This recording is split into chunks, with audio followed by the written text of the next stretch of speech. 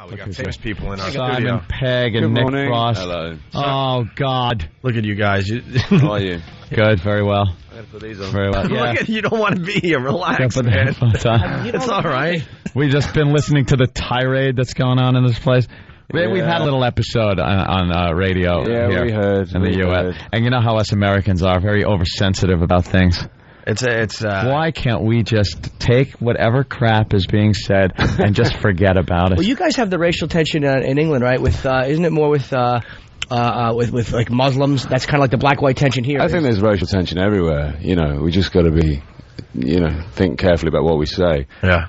Yeah. It's not. I mean, I think if you launch into some racial tirade and then say, "I'm only kidding," it doesn't make it okay. Right.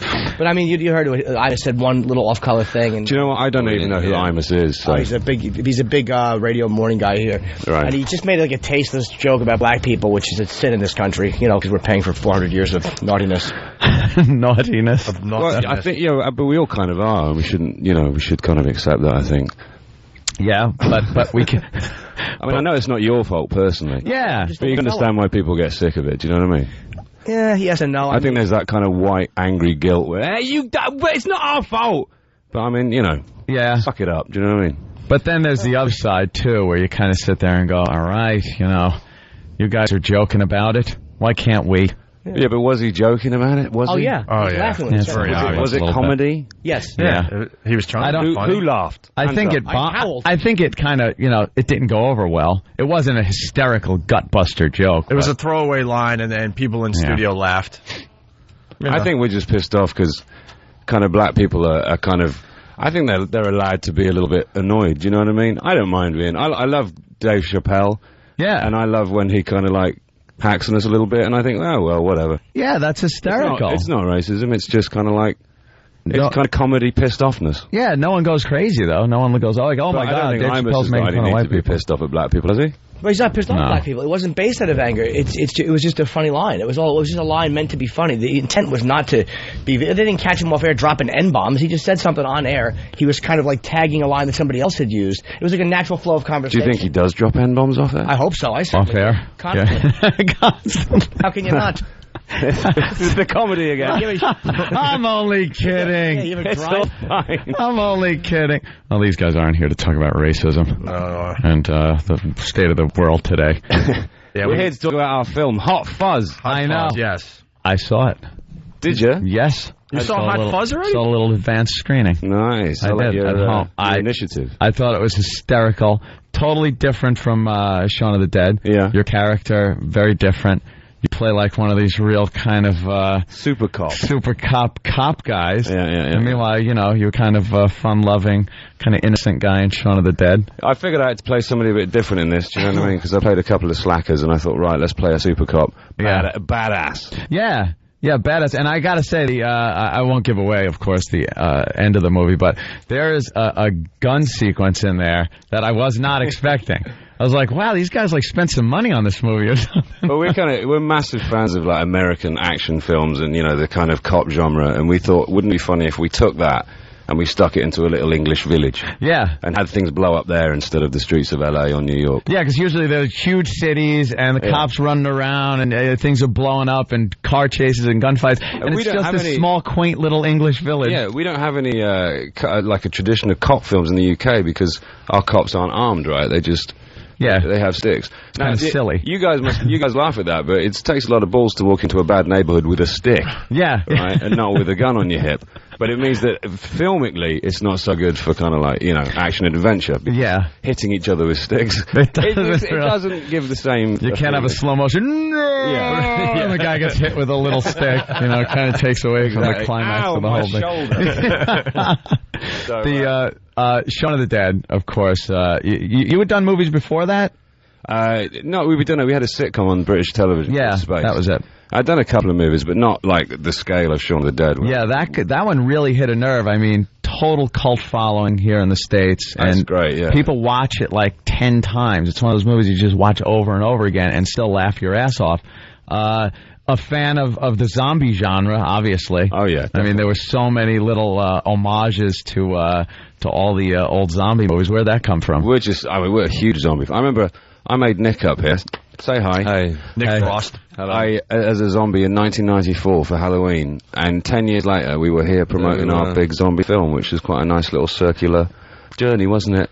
Yeah, I still got the makeup on. You guys stand-ups too? Do you start as stand-ups? I was a stand-up, yeah. I was a stand-up for about 10 years, and then got back into I got into acting through that. Got the sitcom, you know, and I still love doing stand-up, but it's just you can't do both. Do you know what I mean? Because your whole weekends you work Thursday to Sunday, and you got to spend basically when you're a stand-up, you spend all weekend in a pub and not drink.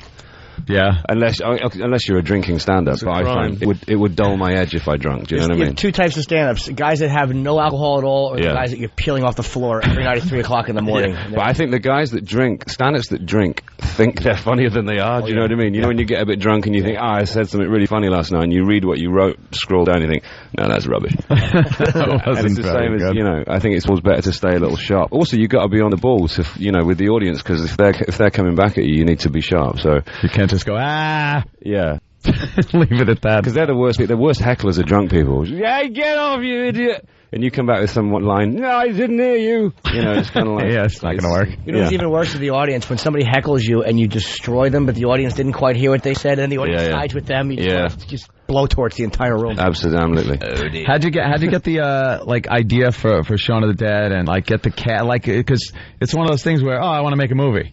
And then, well, we were doing our show Spaced, and there was a little scene in it when I was kind of lost in a video game. My character had been up all night on speed and kind of was playing Resident Evil and sort of got sucked into the game. And we had such fun shooting the zombie bit.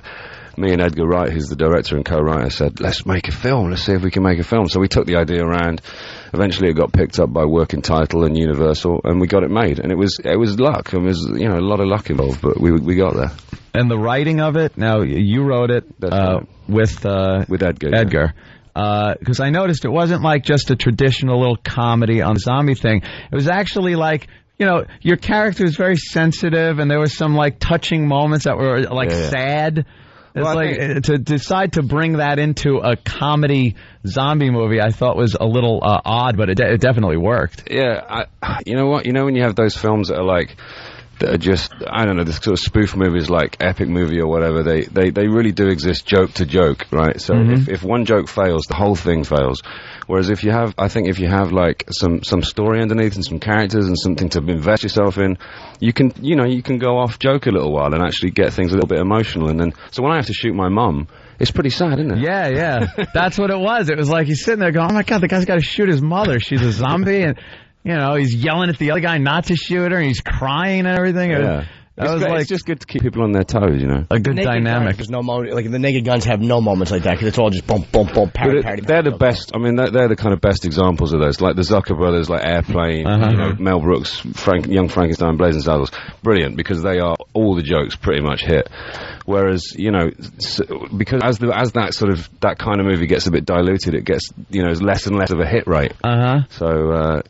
So anyway, with Hot Fuzz, we kind of try and do the same thing, make something that could actually exist without the jokes. Do you know what I mean? Yeah, absolutely, and you definitely pull it off. Even though there's loads of jokes in there. Don't get me wrong, it's really funny. Yeah. But if you took it out of that, it could just be like a genuine action movie. Well, it's like Planes, Trains, and Automobiles. I think it's a great comedy with Steve Martin, who I think sucks now, but back then he was great with John Candy. And there's some really weird, kind of depressing moments. Hey, John Candy really tugs the heartstrings in that movie. Yeah. Just a big fat sad man. You can make fun of me. Eyes full of tears. Go on, I'm an easy target. Fat head and awful mustache, the greatest. He was fantastic. Now, what about direction? Who directed Edgar Wright is my sort of co-writer, and Nick is always the first guy that gets the script, and we write for Nick in mind, for me and Nick to be in it together, and then we bring everyone else in. So with Shaun of the Dead, we had a kind of, you know, it was a group of about 6 survivors in that, but with Hot Fuzz there's 50 speaking parts, and you know, Timothy Dalton's in it, and Jim Broadbent and Edward Woodward and Billy Whitelaw, and you know, these kind of legends of the British sort of screen industry. Yeah, there's just it's a very unique look to the movies too. The direction. Yeah. You know, some of those, the way the camera pushes in, a lot of quick cuts. Yeah. Like that, and it makes it work. Definitely. I got 6,000 cuts in this film. It's 6,000. Yeah. Epileptics beware. Yeah, you get a Pokemon seizure. Yeah. Hey, Nick, I'm sorry, did you start out like as an actor or as a sketch guy or like what is your? No, I was just a waiter, and he made me do it. How great is that? He was. I found him working in a restaurant. Really? I said, I can take you away from all this. What was it about him when you saw him? I was Just look at him. a lot of sexual chemistry. I'll get you in movies. Exactly. I was a stand-up comic, and he was the funniest guy I knew, and I was hanging out with stand-up comics, and you know, he was just the guy that worked in a restaurant, and I kind of introduced him to stand-up thinking, I mean, you kind of wanted to do it a little bit, didn't you? You sort of, as a way out of waiting. Yeah. I didn't really want to be a waiter forever. I didn't really know what to do apart from that. But it was, I did 10 gigs and 5 were amazing, where I was hailed as the new Christ, and the other 5 were that was the lowest points of my career. Of your life. My life. So when we came to do our sitcom, I said, look, do it this way, be in it. And I wrote him a part of a character that he kind of came up with. And it took off from there. And, you know, it's like 10 years later, and he's got his own show and everything. So. How long were you guys on in England for? How long? How long were you on for? Yeah. How many years? Oh, the show. Yeah. Oh, it ran for 2 seasons, and then we did Shaun of the Dead, and then we kind of had to leave it behind in a way. And it's the question we get asked the most: is they're going to do a 3rd season of Space? Because people have found it here as well. You can't get it Region 1 DVD here, but people can import it, and they, you know, have regionless DVDs and stuff. But I think it's going to get released here on DVD. You know, I saw was pretty funny in England. I really enjoyed was Alan Partridge. Yeah, I was in that. Were you in that? Yeah, I was in an episode of Alan Partridge. I like season 2 better because the first season was he's just on his show. That's right. And season 2, what an ass he was. He was just really a funny brilliant guy. character. I don't know if you remember the episode where they drop a cow on him from a bridge. Some farmers are protesting because he said, weirdly enough, he said some controversial things about farming. About like, was it genetically modified swans, hens, whose necks had been bred to be fit in a baguette. Big-eyed boy. And so these farmers drop a cow on him from a bridge. But I was in that episode, and I was only like 27, and it was one of my first TV shows, and it was with Coogan, who's an amazing sort of comedy actor, and he's in Hot Fuzz. Is he really? Yeah. Oh, he's a funny dude. He's very funny. When does Hot Fuzz open? 420. I think you know what we're saying. 420. Enjoy the day. Gotcha. This is how stupid I am. You said 420, and I'm such a nerd. I didn't catch it. I'm like, you looked at your watch. What a cool way to say April. What a dope. I didn't catch him saying that. And I apologize to Nick because I asked for a picture, but I looked at you and I looked at the other guy who you were with. That fell in the back. So my apologies. VJ the Bone. VJ the Bone Carbone. He's looking after us. Yeah. Shout out to Vij. So yeah, go see, because it'll be a great day. It will. Yeah, I think, you know, like I said, I saw it. It was really funny. What's been weird is to some marijuana, head out. You guys get stoned and wine, like, right? I mean, a lot of people do it. They'll just patron saint of hamburgers. I wouldn't like to say, really. That's definitely not enough. A man of mystery.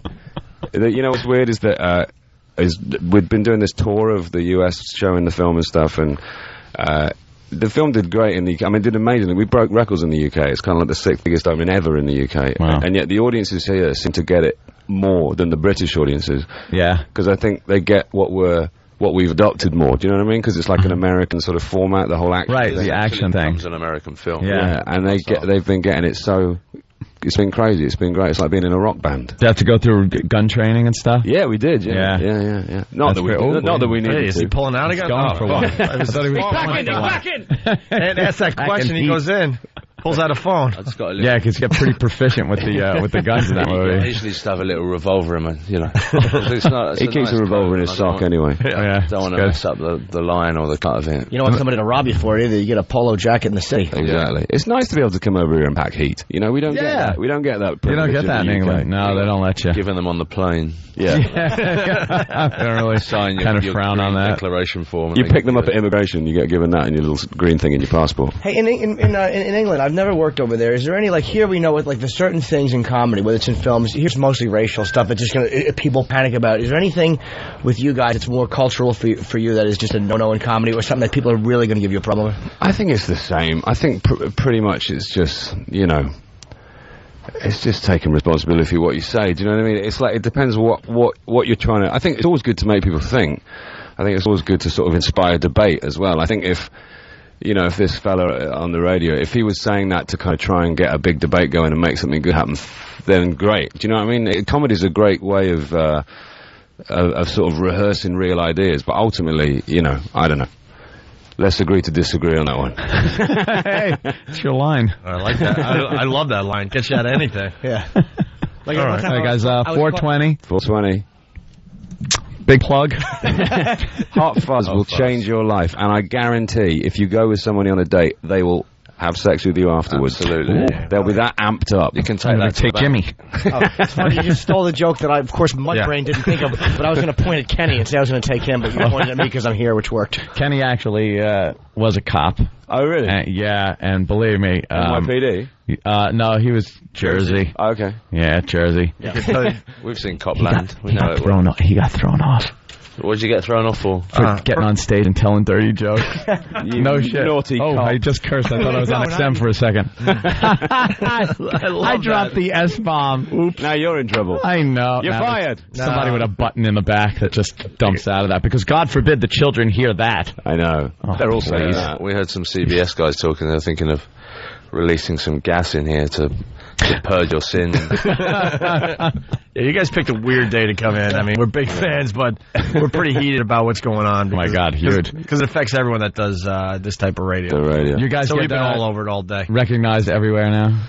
Yeah. A bit. It's weird. Especially together, it must just be insane. Yeah, I think it kind of completes a little sort of jigsaw. But it's nice though, everyone that sort of comes up is always really friendly, and comedy fans are always sort of good people. I think they kind of want to laugh, so they're nice folks. Yeah, you guys get like there's the little catchphrases and stuff that Americans love using, because all the time now whenever the phone's busy, it's engaged, because we never use that. It's like it's busy. Oh really? Or something like that, or I'll pick up a bit of wood, chase you around with a bit of wood. Those fun things to say if you're American. Cue up, right? Cue up. Yeah. It's funny, isn't it? We kind of speak the same language, but we don't in a way. But we don't, yeah. Yeah. It's fun to imitate. Do English people just imitate stupid American words and accents? Do you Hell go yeah! doing American accents all the time? Because Americans seem to just want to go around and go, oh, where are you going? There's a funny thing with the Brit. So many people here, and often girls will go, oh, I just love your accent. Yeah. It's great. And you're like, what? Because they think you sound like a prince or something. That's what it is. It puts you on this little higher plateau. Doesn't matter. You could be a homeless English guy and just be like, we do lay on quite thick. Yes, we do walk. Yeah. Hello, ladies. Welcome. Good morning, madam. Great. We are leaving. That's why you hear the music. Yes. Yeah, sure.